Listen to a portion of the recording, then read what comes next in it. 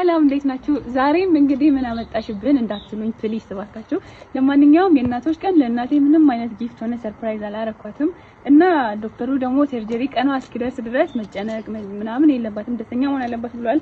ሶ ዛሬ እሷን በጣም ያስደስታታል ብዬ ማስበውን ነገር አሰርቼላት ሽቶም ገዝቼላት ጊፍት ልሰጣት ነው ማለት ነው። ፕሊስ ተባካችሁ ፎሎ እያደረጋችሁ አብራችሁን ሁኑ። ቤት ናት እንሰጣታለን። ምን መድኃኒት አደረሰ? ስሜት እሺ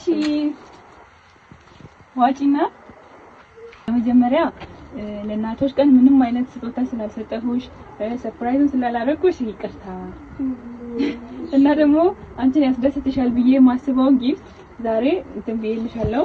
ነገር ደግሞ ቆይ እዚህ ጋር አለኝ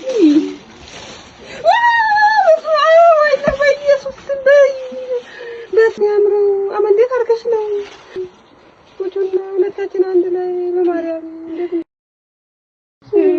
እንዴት አርገሽ ነው? ሌላ ጊፍትም አለሽ? ምን ነገር ነው?